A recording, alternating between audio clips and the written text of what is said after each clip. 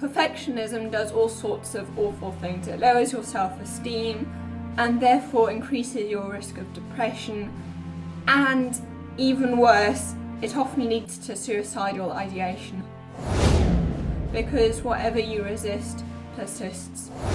The focus on progress over perfection. Most of the time we're criticising ourselves, and that is extremely bad for our self-esteem. So how can we silence our inner critic? The first tip would be that, of course, you don't want to be too critical, but you also don't want to go to the other extreme of being too positive, because if you try to be too positive all the time and to suppress negative thoughts, then actually those negative emotions will come out every now and then even stronger, because you've suppressed them all the time.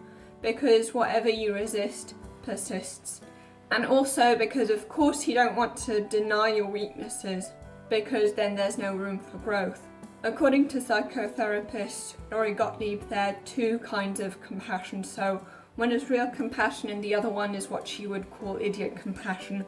Now, idiot compassion is what we might get from our friends, and they mean well, but basically just saying, if, for example, you're in a conflict, oh yes, you're totally right, that other person did everything wrong, how could that person possibly do so and so forth, even though they might know that you have some tendencies that might have escalated the conflict.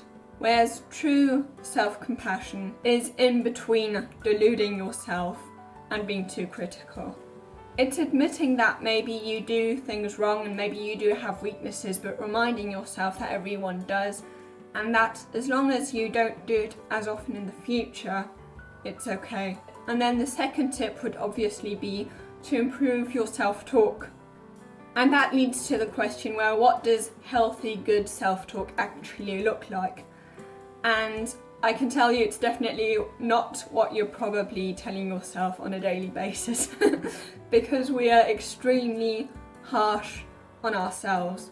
We say some things to ourselves that we'd never tell any other person. Instead of that, your self-talk should rather be, for example, how a parent would talk to a child or how a good friend would talk to you. So what a truly good friend, an honest friend would do is maybe every now and then point out weaknesses of yours if they think that you struggle a lot with that, also with other people, and want to help you.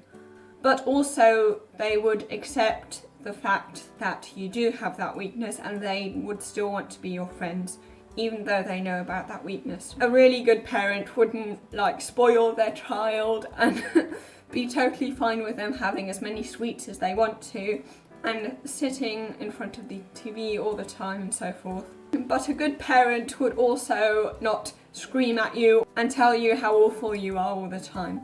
A good parent would try to make sure that you do the things that are good for you, so pointing out weaknesses of yours and also setting boundaries, but they would still love you in spite of those things.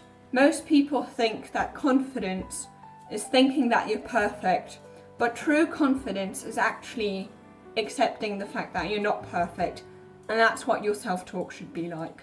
And the third tip, something that really leads to you criticizing yourself a lot, is perfectionism. Perfectionism does all sorts of awful things. It lowers your self-esteem and therefore increases your risk of depression, and even worse, it often leads to suicidal ideation. So what you want to do to overcome your perfectionism would be to, instead of measuring the gap, trying to measure the gain. So basically the gap is the gap between where you're at now and where you would like to be, your future self, and where you're at now. And the gain would be measuring how much progress you've made, so where you're at now compared to where you used to be, how much you've learned since then. To focus on progress over perfection. And that is better for your growth in general. It's not only good for silencing your inner critic because it makes you criticize yourself so much.